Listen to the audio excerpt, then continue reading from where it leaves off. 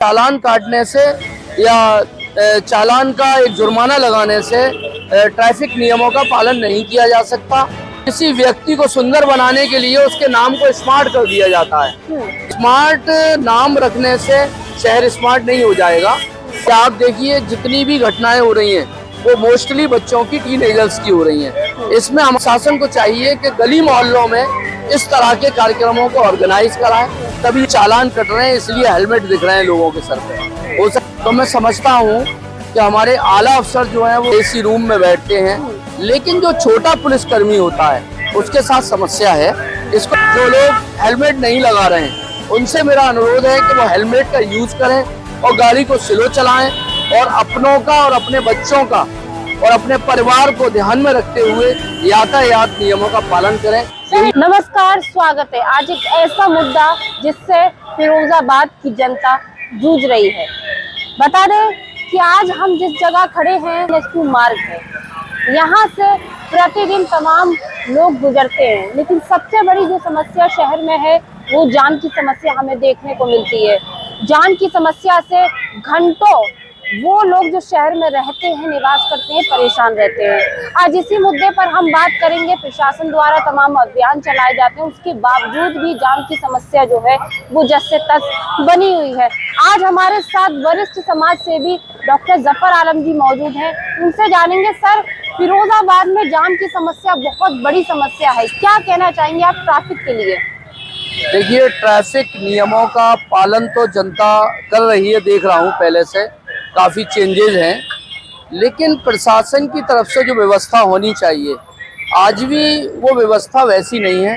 अब आप देखिए धूप के अंदर इतनी गर्मी में ये पुलिसकर्मी जो ट्रैफिक और होमगार्ड खड़े हुए हैं, तो जाहिर सी बात है ट्रैफिक व्यवस्था को सुदृढ़ नहीं बना सकते, क्योंकि इनकी भी अपनी जिंदगी है और उसको इस तरह से धूप में लेकर खड़े हुए हैं। तो समस्याएं तो हैं और प्रशासन को ठोस कदम उठाने पड़ेंगे इसके लिए। इस तरह से केवल चालान काटने से या चालान का एक जुर्माना लगाने से ट्रैफिक नियमों का पालन नहीं किया जा सकता।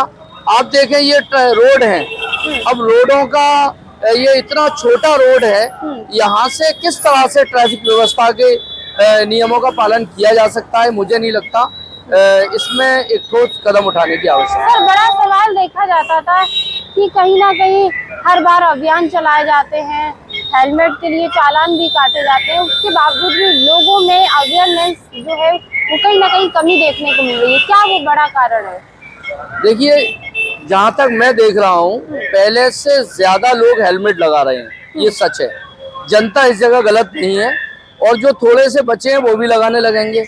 लेकिन सरकार को, जैसे मैंने अभी कहा कि सरकार को, प्रशासन को चाहिए कि कुछ व्यवस्थाओं को बेहतर बनाए। जैसे यहाँ बीच में एक चौराहा बनाना चाहिए। जिस तरह से आप देखें दिल्ली, मुंबई या दूसरे शहरों के अंदर जो बने हुए हैं, एक गोल चक्कर होता है, उस चक्कर पे एक पुलिसकर्मी, एक ट्रैफिक पुलिसकर्मी खड़ा होता है और खड़े होने के बाद वो जिस तरह से अपने काम को करता है नियमों को पालन कराने के लिए, और तो वो यहाँ पर कहाँ है? आप देखिए किसी भी चौराहे पे नहीं है। आप जाटापुरी पे चले जाएं, आप नगलावरी पे आ जाएं, आप चले जाएं सुभाष चौराहे पे चले जाएं, कहीं भी कुछ नहीं है। और ये प्रशासन की व्यवस्थाएं हैं, ना तो ये पुलिसकर्मी बेचारे करेंगे ना जनता करेगी, ये प्रशासन करेगा। बड़ा सवाल ये है कि फिरोजाबाद को स्मार्ट सिटी कहा जाता है, क्या माना जाए? ITMS भी फिरोजाबाद घोषित हो गया, जगह जगह कैमरों की जाल बिछा दिए हैं हर चौराहे पर। तो क्या स्मार्ट सिटी के अकॉर्डिंग फिरोजाबाद के चौराहे देखने को मिल रहे हैं? क्या आपको नहीं दिखता है स्मार्ट सिटी है? ये फिरोजाबाद स्मार्ट सिटी कहाँ है बताइए? कहाँ से? मुझे तो आज तक स्मार्ट सिटी क्या, ये सिटी जैसा ही नहीं लगता। स्मार्ट तो होना बहुत अलग बात है। हाँ, इतना मैं कह सकता हूँ कि हमारे देश में जो हालात बने हुए हैं, किसी व्यक्ति को सुंदर बनाने के लिए उसके नाम को स्मार्ट कर दिया जाता है। जैसे मेरा नाम जफर है तो मिस्टर जफर आलम साहब कर दिया, या कुछ और ऐसा नाम रख दिया जो मैं स्मार्ट लगने लगूं। अल्टीमेटली मेरे काम पे डिपेंड करता है कि मैं कितना स्मार्ट हूँ। स्मार्ट नाम रखने से शहर स्मार्ट नहीं हो जाएगा और इसको स्मार्ट बनाने के लिए प्रशासन को, शासन को और यहाँ तक कि जनता को भी मदद करनी पड़ेगी, तभी ये स्मार्ट हो सकता है। अदरवाइज मुझे तो नहीं लगता ये स्मार्ट सिटी कहीं से है। फिरोजाबाद के वो चौराहे जो ITMS बताया आपने, छोटे छोटे चौराहे पर लाल बत्ती लगी हुई है, और इतने छोटे चौराहे हैं कि वो जहाँ लाल बत्ती लगी हुई है उसके पास खड़े हो गए वो लाल बत्ती नहीं दिखती। तो इस पर जब तक चौराहों का चौड़ीकरण नहीं होगा, इसको चौड़ा नहीं किया जाएगा, मुझे नहीं लगता कि ये व्यवस्थाएं या स्मार्ट सिटी। हाँ, इस रोड पे कहीं कहीं थोड़ा सा लगता है, रोड पर वो लाइटें लगी हैं, रात में जल जाती हैं, तो लगता है कि शहर सुंदर है, लेकिन रोड के नीचे उतर जाइए आप, वो सुंदरता आपको समझ में आ जाएगी, और वो स्मार्टनेस कहीं ना कहीं स्मार्ट लेस में चली जाती है, जो मेरा अपना अनुभव है। मैं शहर में घूम रहा हूँ और मुझे ये लगता है। सर, एक बड़ा सवाल ये है कि हमेशा यातायात के प्रति अभियान चलाए जाते हैं, उसके बावजूद भी दुर्घटनाओं में इजाफा देखने को मिलता है। क्या बड़ा कारण माना जाए? एक दो दिन दुर्घटना इसके लिए एक तो ये ट्रैफिक नियमों का पालन जो कम हो रहा है, उसका एक रीजन सबसे बड़ा है। दूसरा रीजन ये है कि हमारे जो बच्चे हैं, जिसमें टीनेजर्स हैं, उसमें इतनी स्पीड में गाड़ी चलाते हैं कि आप देखिए जितनी भी घटनाएं हो रही हैं वो मोस्टली बच्चों की, टीनेजर्स की हो रही हैं। इसमें हमारे पेरेंट्स, जो बच्चों के पेरेंट्स हैं, वो कहीं ना कहीं इन्वॉल्व हैं, वो दोषी हैं। उसके अलावा जो बच्चे गाड़ी तेज चला रहे हैं वो क्यों चला रहे हैं, ये माँ बाप की जिम्मेदारी है, और माँ बाप अपने बच्चों को रोकें कि भाई गाड़ी क्यों चला रहे हैं। बच्चे की उम्र पूरी नहीं हुई है, उसके पास ड्राइवरी लाइसेंस नहीं है, उसके बावजूद बच्चा गाड़ी चला रहा है, ये कौन करेगा? ये प्रशासन की प्रॉब्लम नहीं है। हाँ, प्रशासन इतना कर सकता है कि उसके पेरेंट्स के खिलाफ कार्रवाई करे। अगर कोई बच्चा छोटी उम्र का, आजकल मैं देख रहा हूँ बहुत रेसर वाली बाइकें आ रही हैं और इतनी स्पीड में गाड़ी चलाते हैं बच्चे कि वो एक्सीडेंट हो जाते हैं और उनके साथ दुर्घटना हो जाती है। नहीं सर, ये भी देखा जाता है कि यातायात के प्रति लोग जागरूक भी नहीं देखने को मिलते हैं, क्योंकि लोग आड़ी तिरछी वाहन चला रहे हैं। लोगों को जो ट्रेनिंग मिलनी चाहिए, उसके प्रति जागरूक होना चाहिए, वो कहीं ना कहीं आप मानेंगे नहीं है। हाँ है, मैं आपसे सहमत हूँ इस जगह पर। यातायात नियमों का जो पालन होना चाहिए वो आवाम भी उस लेवल पर नहीं कर रही है। ये चालान कट रहे हैं इसलिए हेलमेट दिख रहे हैं लोगों के सर पे। हो सकता है ये चालान नहीं करते तो हेलमेट भी नहीं दिखते। चालान इतने नहीं कटना चाहिए, लेकिन अवेयरनेस के लिए पुलिस डिपार्टमेंट को इस तरह के प्रोग्राम करने चाहिए, इस तरह की ट्रेनिंग ऑर्गेनाइज करना चाहिए, सामाजिक संगठनों को साथ लेकर लोगों को अवेयर करना चाहिए। आप देखिए रोड पर तो मैंने अवेयरनेस के कार्यक्रम देखे हैं, लेकिन कभी मोहल्ले गलियों में ये अवेयरनेस नहीं चलती। क्या जो गाड़ी चला रहा है, बाइक चला रहा है, क्या हमने कभी जाकर उसके पेरेंट्स को समझाया, या उसके मोहल्ले में जो लोग रहते हैं जिम्मेदार, उनके बीच में गए? कभी नहीं गए।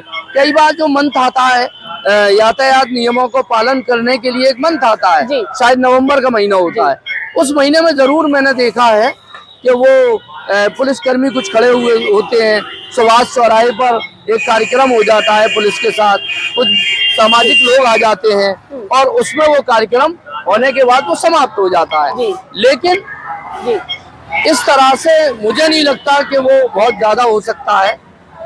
प्रशासन को चाहिए कि गली मोहल्लों में इस तरह के कार्यक्रमों को ऑर्गेनाइज कराएं, तभी ये बदलाव आएगा। उन्हें बताएं कि अगर आप पालन नहीं करेंगे तो आपकी दुर्घटना हो जाएगी।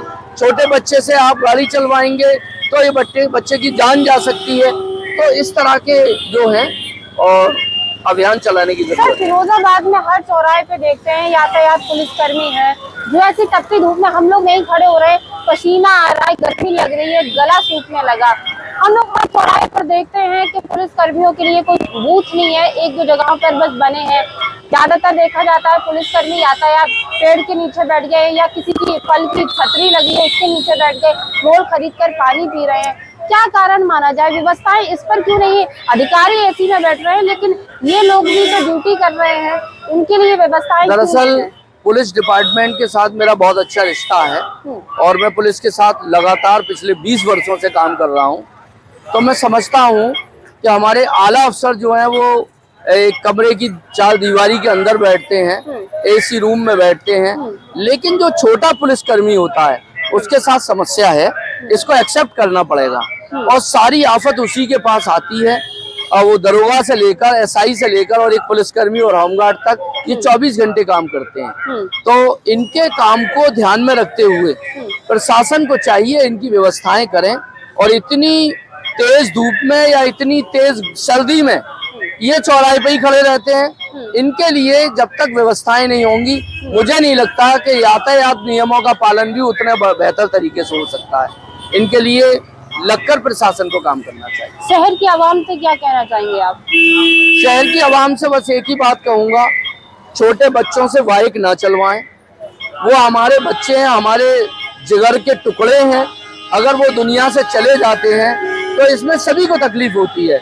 और वो जो जनरेशन, नई जनरेशन 20 और 18 साल की और 16 साल की उम्र में दुनिया छोड़कर चली जाती है, तो ये बहुत बुरी बात है उन माँ बाप के लिए। और उन माँ बाप को चाहिए कि वो एक पिता जो 40 और 45 साल का है और उस 40, 45 और 50 साल की उम्र में वो अपने बच्चे को खोने के बाद अपनी उम्र को ये मान लेता है कि बस मेरा काम खत्म हो गया, और तो बच्चों को रोकें। दूसरा ये है, जो लोग हेलमेट नहीं लगा रहे हैं उनसे मेरा अनुरोध है कि वो हेलमेट का यूज करें और गाड़ी को स्लो चलाएं, और अपनों का और अपने बच्चों का और अपने परिवार को ध्यान में रखते हुए यातायात नियमों का पालन करें। यही मेरा एक बड़ा और विशेष सवाल मैं आखिरी आपसे पूछना चाहूंगी। चौराहे पर जैसे जेब्रा लाइन नहीं है, स्टैंड नहीं है, ऐसे में ऑटो चालक जो है वो भी कहीं के कहीं खड़ी कर देते हैं गाड़ी, उनके भी चालान कट जाते हैं, जबकि उनको नहीं पता कि गाड़ी हमें कहाँ खड़ी करनी चाहिए। उनकी भी कोई गलती नहीं है। जेब्रा लाइन नहीं है, संकेतन लाइन नहीं है, गाड़ी किस तरह से चलानी चाहिए, बाइक कितनी पटरी पर चलानी चाहिए, ये सब कार्य अन्य विभागों से आप क्या अपील करेंगे, क्या कहना चाहेंगे? देखिए, पहले तो मैं ट्रैफिक डिपार्टमेंट से ही कहूँगा कि ये जिम्मेदारी उन्हीं की है, और माननीय जिला अधिकारी महोदय से अनुरोध करूंगा, एसएसपी साहब से अनुरोध करूंगा कि इस तरह की व्यवस्था, और नगर निगम से भी अनुरोध करूंगा, महापौर भी हमारे यहाँ, माननीय विधायक जी से भी अनुरोध करूंगा, ये शहर के चौराहों को चौड़ा कराएं। और जब तक चौड़े नहीं होंगे, जेवरा लाइन और ये सारी चीजें नहीं बन पाएंगी। और ऐसा नहीं है कि ये दुकान हटा के ही चौड़ा हो सकता है, ऐसा भी नहीं है। जो फल प्लान है उसको लागू करके क्यों नहीं खत्म कराना चाहते? उस फल प्लान को खत्म कराइए। फल लगे हुए हैं, फल प्लान के माध्यम से उसको समाप्त कराएं और एक सुंदर शहर बन सकता है। और ये जो ऑटो रिक्शा वाले 500 रुपए कमाते हैं, मालूम पड़ा तीसरे दिन का चालान कट जाता है और 3000 और 2000 रुपए का चालान लगता है। तो इन पर भी रहम किया जाए, इतने पैसे इनसे ना लिए जाएं और इनको समझा बुझाकर तरीके बताए जाएं कि कैसे हम अपने ऑटो को और रिक्शा को खड़ा कर सकते हैं, क्योंकि इनके ऊपर भी आर्थिक बोझ आ रहा है। तो ये इससे भी प्रशासन को बचना चाहिए। ये मेरा एसएसपी साहब और जिला अधिकारी महोदय से अनुरोध है। बहुत बहुत शुक्रिया सर। तो ये हमारे साथ डॉक्टर जफर आलम जी थे, चिराग सोसाइटी के संस्थापक थे। आपको बता दें, खुद इस शहर में रहते हैं, इस शहर की यातायात से बहुत बारीकी से वाकिफ हैं। उन्होंने क्या कुछ समस्याएं बताई, कहाँ हमसे चूक हो रही है उस पर भी चर्चा की, और वाहन चालकों को किस तरह से सावधानी बरतनी चाहिए उस पर भी बातचीत की डॉक्टर जफर आलम जी ने। और यातायात विभागों के लिए क्या अपील किया वो भी बताया। तो ये तस्वीर हमने आपको दिखाई फिरोजाबाद के यातायात चौराहों की, यहाँ पर किस तरह से तपती धूप में हमारे पुलिसकर्मी जो है वो काम कर रहे हैं और यहाँ पर धूप में खड़े होकर यातायात के नियमों का पाठ पढ़ा रहे हैं। सहयोग विपिन राठौर के साथ मरीना खान, फिरोजाबाद।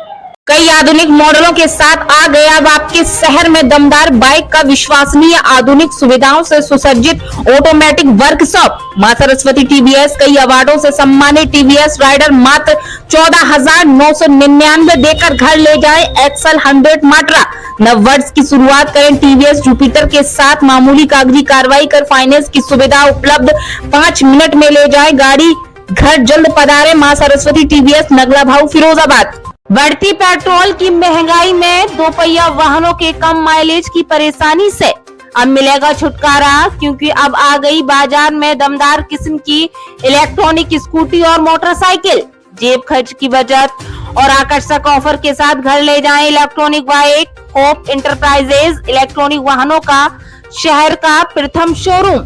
शीघ्र संपर्क करें। हमारा पता नगलाबरी चौराहा, लक्ष्मी हॉस्पिटल के समीप, Firozabad. Mobile number 8439786525। Proprietor Arun Agarwal. Shukrabad में मध्यम वर्ग के परिवारों के लिए शिक्षा के नए आयाम खोल रहा होली पब्लिक स्कूल।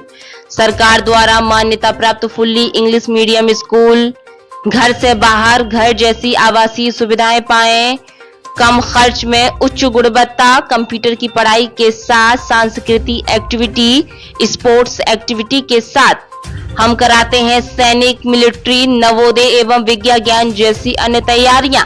हमारा उद्देश्य बच्चे का हो बेहतर भविष्य, कम खर्च में हायर एजुकेशन, दूर दराज के विद्यार्थियों को लाने ले जाने की उचित व्यवस्था।